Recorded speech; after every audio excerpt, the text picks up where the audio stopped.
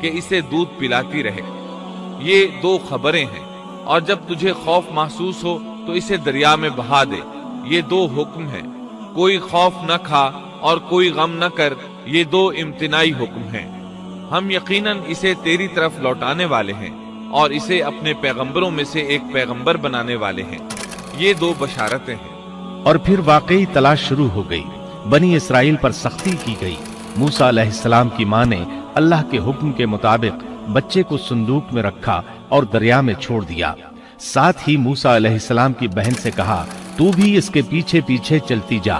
چنانچہ وہ دریائے نیل کی موجوں میں چلے اور ان کی بہن کنارے کنارے چلی، اپنے بھائی کی نگرانی کرتی جا رہی ہے کہ دریا میں ڈالنے کے بعد کیا بنتا ہے۔ اللہ تعالیٰ سورۃ القصص آیت 11 میں فرماتے ہیں، موسیٰ کی والدہ نے ان کی بہن سے کہا، تو اس کے پیچھے پیچھے جا، تو وہ اسے دور ہی دور سے دیکھتی رہی اور فرعونیوں کو اس کا علم بھی نہ ہوا۔ صندوق بہتا ہوا فرعون کے محلات کے قریب آن ٹھہرا۔ محلات دریائے نیل کے کنارے تھے۔ اللہ تعالیٰ سورۃ القصص میں فرماتے ہیں، آخر فرعون کے آدمیوں نے صندوق اٹھا لیا، آخرکار یہی بچہ ان کا دشمن ہوا اور ان کے رنج کا باعث بنا۔ اب وہ اس کی بھلائی چاہ رہے ہیں، لیکن وہی فرعونیوں کے لیے وبال جان بننے والا تھا۔ اللہ سورۃ القصص آیت 8 میں فرماتے ہیں، کچھ شک نہیں کہ فرعون اور حامان اور ان کے لشکر تھے ہی خطا کار۔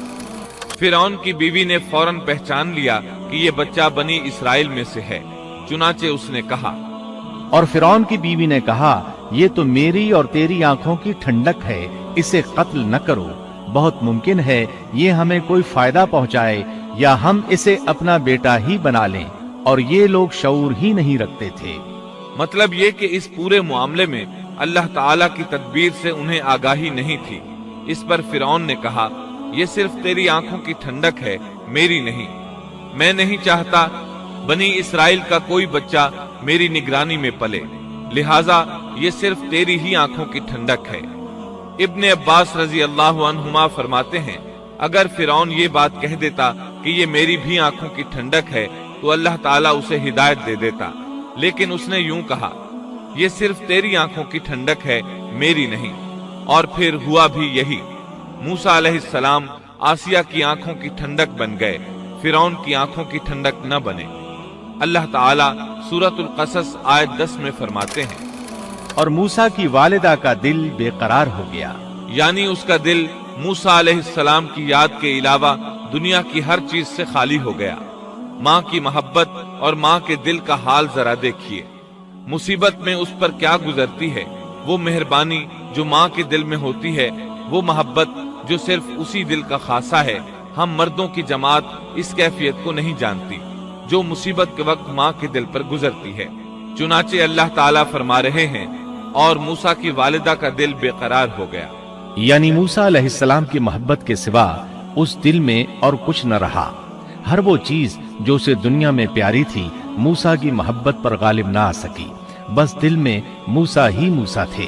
اللہ تعالیٰ سورۃ القصص آیت 10 میں فرماتے ہیں، قریب تھیں کہ اس واقعے کو بالکل ظاہر کر دیتی اگر ہم ان کے دل کو ڈھارس نہ دے دیتے، یہ اس لیے کہ وہ یقین کرنے والوں میں رہے۔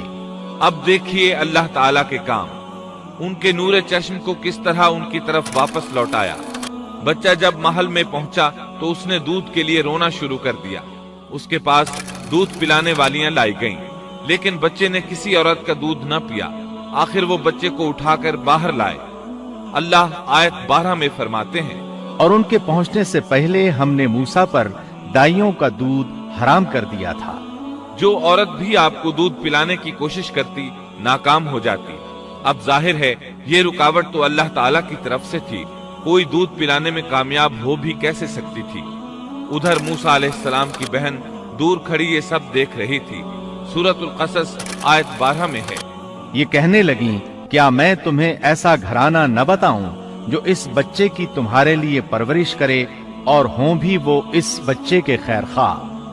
انہوں نے پوچھا، اے بچی، تو کیسے جانتی ہے کہ وہ اس بچے کی خیر خواہی کریں گی؟ بچی نے جواب دیا، اس لیے کہ وہ ایک غریب گھرانہ ہے۔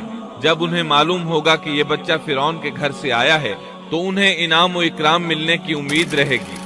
اس گھر میں ایک نیک سیرت خاتون ہے، وہ اس بچے کو بخوشی دودھ پلانا قبول کرے گی۔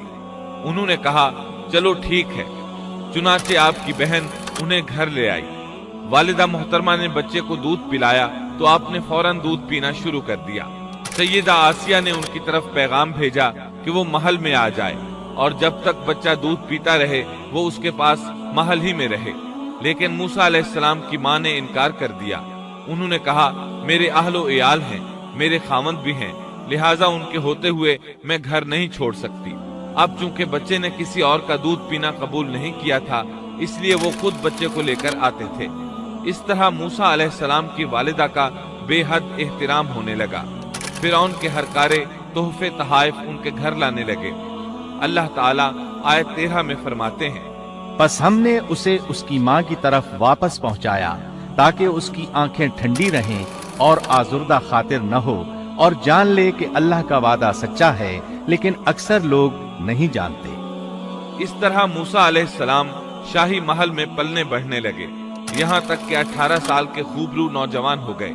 اللہ تعالیٰ آیت 14 میں فرماتے ہیں، اور جب موسیٰ اپنی جوانی کو پہنچ گئے اور پورے توانا ہو گئے تو ہم نے انہیں علم و حکمت عطا فرمایا۔ نیکی کرنے والوں کو ہم اسی طرح بدلہ دیا کرتے ہیں۔